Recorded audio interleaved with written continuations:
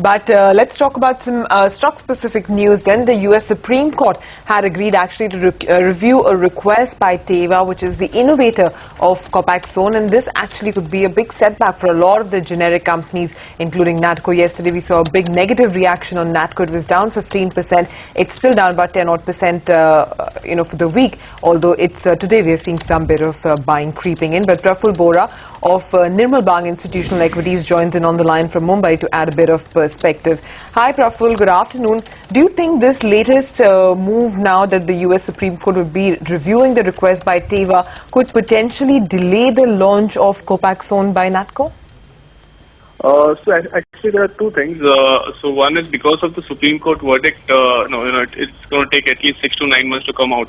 So till that time, if the generics plan not to launch the drug at risk, then it can be delayed. So so probably in the base case scenario, we can assume probably a Jan to Feb kind of a launch.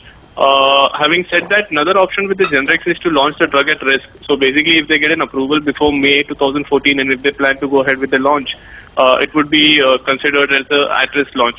So in that case, if the Supreme Court verdict ultimately comes against these generics, then probably they'll have to, they'll be liable to pay some damages to Teva. Okay.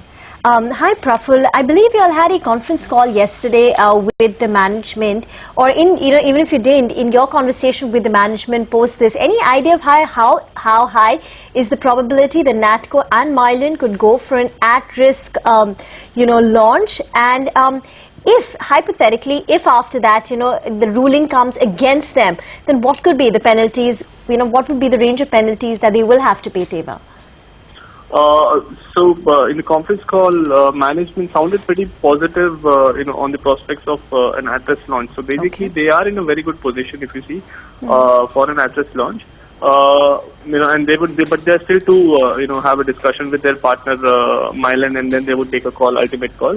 But having said that, if they actually go ahead with the at-risk launch, then there can be two scenarios. So one would be either a triple damages, which would be either 3 times the profits of sales, and secondly, or either it can be whatever the profit that Teva has lost, they would have to compensate for that.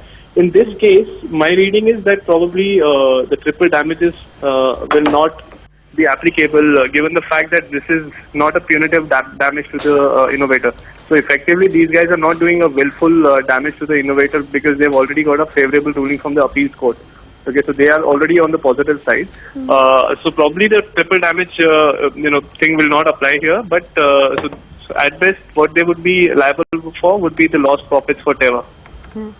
Okay, so in that case, Praful, the general sense is that perhaps Natco could go ahead with the launch of Copaxone, even perhaps at an at-risk launch, even at the risk of some penalty. But in that scenario now, considering that it could span out over 6 to 9 months, how would you approach the stock? So, assuming that these guys go ahead with an at-risk launch, I think the price point currently close to around $700 is a very good price point to enter the stock, because I think we are really bullish on Copaxone materializing. These guys, the management was pretty optimistic on getting an approval for Copaxone before somewhere around May time frame. So I think if these guys really get an approval before that, because because Copaxone is going to be an exclusive drug for at least 2.5, 3 years. It would be like a 3-4 player market. So I think that for a company of Natco size, this will be really big. So we are really bullish on the prospects of Copaxone plus the other pipeline which they have, and I think 700 would be an excellent price to enter. Okay. Praful, what happens in the event that they don't do an at-risk launch and their launch gets delayed, and they decide to wait for the Supreme Court verdict? If that scenario plays out, what will it mean in terms of for Natco?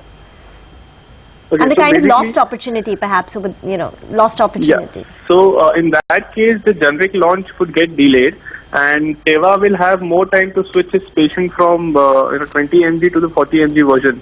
So effectively, that will erode the 20 mg generic market, which is available with the with the generic players. That's one. And secondly, some of the oral treatments like Tecfidera and Gilenya, they are also getting very aggressive.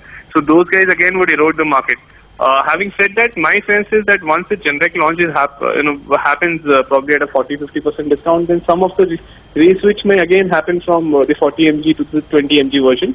But overall, so in a nutshell, probably this will erode the generic market size to some extent.